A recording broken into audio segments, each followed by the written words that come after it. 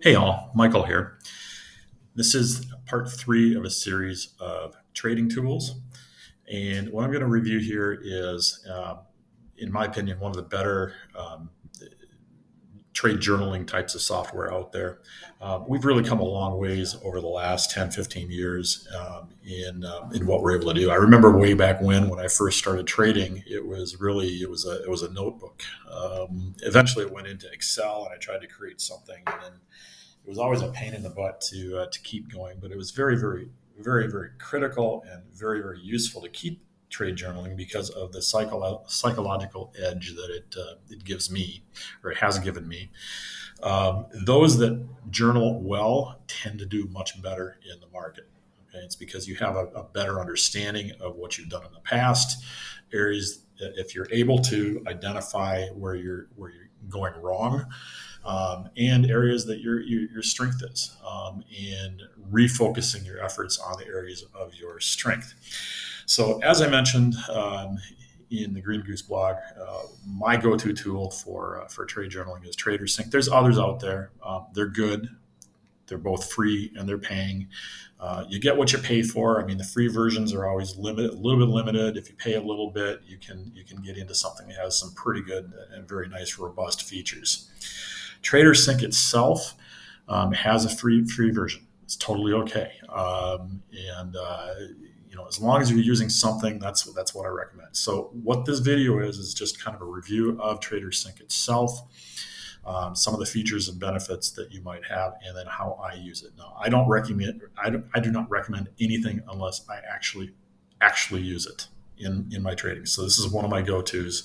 It has really transformed my particular trading. So this is the website you go to, and you can see that you've got a little try it for free for 7 days. And then after that, it's going to ask you to either sign up for the paying version with certain features. You need to evaluate that yourself and whether those features are going to be worth it for you.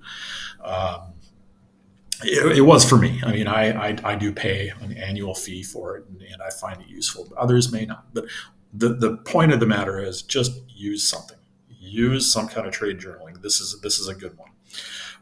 So you'll do that, and you're going to go in and you're going to see that you set things up. Okay, so obviously I've been using this for a while, and you can see I've got a lot of closed trades in here. And what this basically does is sets up a couple of things. Okay, once you start populating it with data, it's going to give you a win-loss percentage.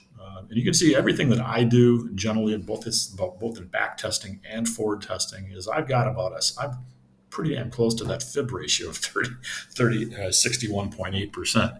And then it gives you a profit factor. Okay, so really these are very two critical numbers of analysis that I like to have to give me a psychological edge in the marketplace. So just as an example, the way I set this up is I set up portfolios. Okay, so I'm just going to add a portfolio to give an example of how I would record the Apple trade. I'm just going to call this, let me just call it Apple. So using a system on Apple, just going forward. So now I've got a portfolio. Okay, so I've got the Apple portfolio. I can put a value in there of what I might put as a starting account. So let's just say I dedicate a certain amount of money for Apple for the future, and let's just call it $10,000 just for shipping bills. Okay, so I can put the date in, whatever. It's okay. So I've got this Apple portfolio that I want to put in. Okay, so and I want to do some kind of back testing. And what I did was in the previous video, you saw that I did a back test in Tom's for the Apple trade back on January 6th. Okay, so what I would want to do is I would want to be working in the portfolio of Apple, and I need to start to add data. Okay, so what I do is I'll add a trade. And this starts allowing me to develop data. And you can see that there's different markets. So let's say the options. I'm going to put the portfolio, the Apple portfolio. The symbol I'm trading is Apple, and I was selling a put, okay, and I was actually buying a put. I was buying a put, and I was doing that on the 1st of January. Sorry, it was the 6th of January, and I don't know what time it was. Doesn't really matter what time it is. It's the end of the day that I do things. Expiry date was out into February. I believe it was the 25th. I'm sorry. It was the 18th. And there was one of these things. Okay. And the price was $4.40 roughly. Okay. And the strike was, oh geez, I can't remember what the strike was, but let's just call it a 160. Okay. So that sets me up with data. Okay. And I just click save. And so that's my first data point for this particular portfolio. Now, in TraderSync, it's going to advance to the latest date, and that actually is not valid. So we need to look at closing that. So I'm just going to get rid of that because this is back test mode. And you remember we got a 50% ROI, okay? And it was a put, expire February 18th. Let's see, where is it? February 18th. It was the 160, and I think it was like 10 days later, something like that, January 16th. So it's not important. I just want to show the data point. So January, well, let's just call it January 20th.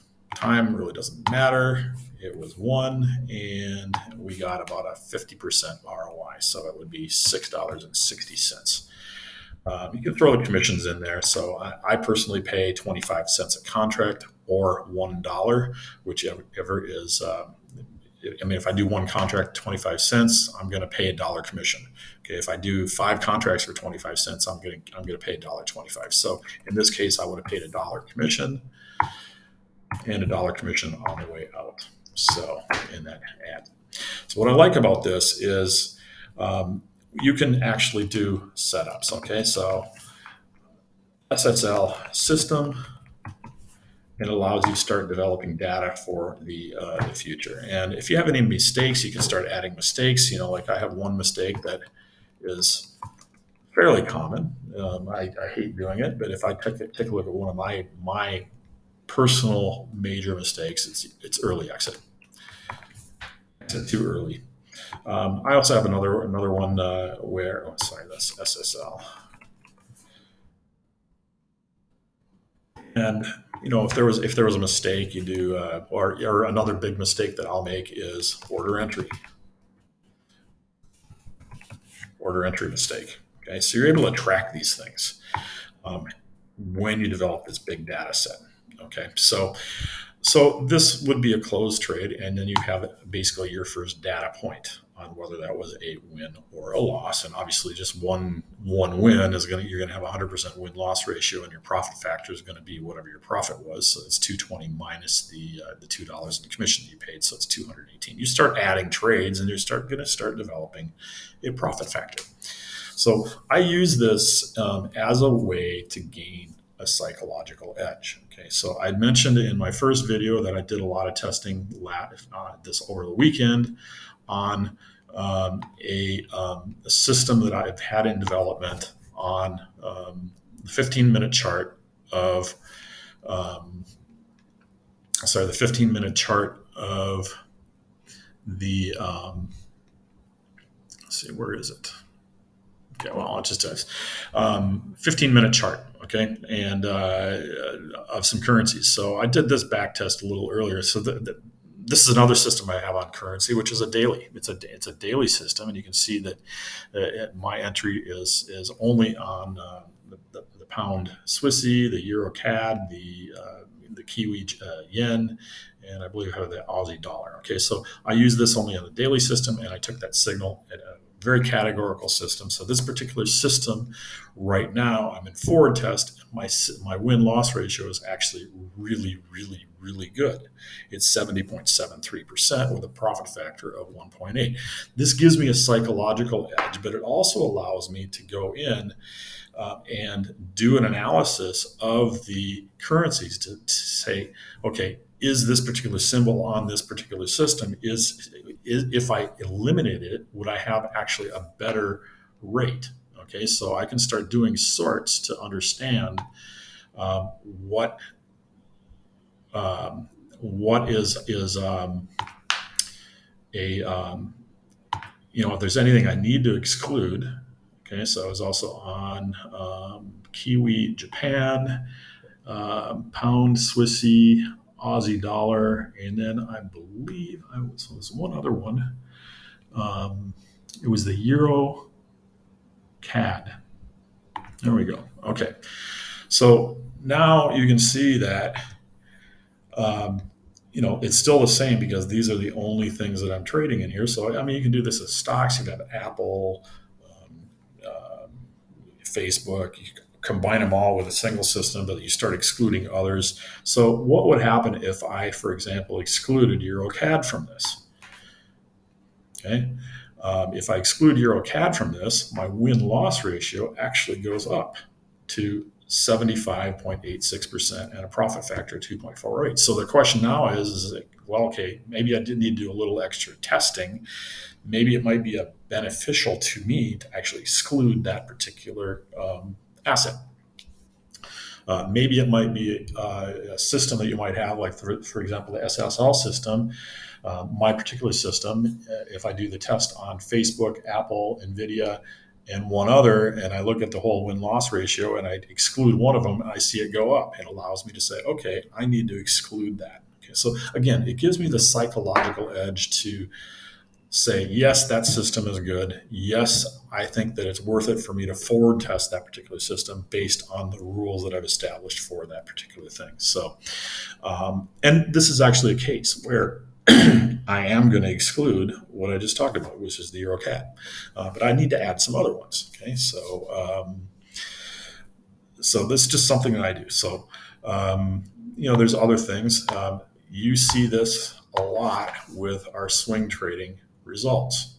So this is final right now of the spring 2022 earnings season.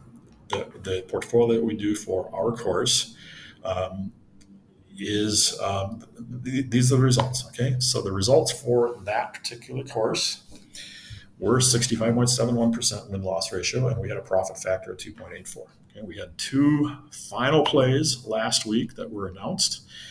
Those particular plays were on CRM, which is a $45 loss, and CRWD, which was an $85 win. Okay, both of which were long iron condors.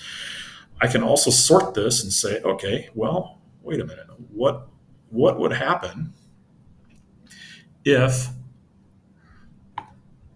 let's see, I got to do the setup. No, that's not the setup. Damn. Okay, I got to do this. Okay, so what would happen if I just say, okay, I only want to look at the long iron condors within this, and I want to exclude everything else? How did all of my long iron condors do? So what I need to do is I go in, I add another sort area, and I look at let's see, I got to find it, the spread. Here we go, spread. And so how did my long iron condors do over the earnings season? So I had a total of 27 out of the 35, which are long iron condors, and there's a win-loss ratio of 70% at a profit factor of 4.06, $1,570 of profit. No, I do like to go long, and I'm going to continue to go long during earnings season. But the iron condors did very well. 70% is pretty damn good. Last earnings season in the winter, that actually that performed at about a 75% win-loss ratio. So It's a really good strategy. I love it. I love adding this strategy, and then also I add some of those other long plays that some of the students have seen, and we did get a little bit of a reduced win loss ratio, but we added an additional $100,000 in profit by doing that. Profit factor went down a little bit, but again, having these strategies, understanding what I'm doing based on volatility, um, allows me to have that confidence level going forward in the next earnings season to redo exactly what I did during this earnings season and the previous earnings season, and have a fairly good confidence level that it should normally repeat, or at least do quite well. We're never going to get the exact numbers. Maybe it'll be better, maybe it'll be worse, but in general, 65.71% win loss ratio and a profit factor of 2.84 is very, very, very good. So that's this video. I do recommend this. I'll leave well, I'm an affiliate. I mean, it's you can get the free version. You can go pay something as well. But it's this is a very, very good tool. I very, very much highly recommend taking a look at it. There's other tools out there too. Trader Bench. You can do it on Excel and stuff. Just get in a habit to journal your trades in a way that you can sort them and understand your numbers, especially the win-loss ratio, especially the profit factor. Thanks much.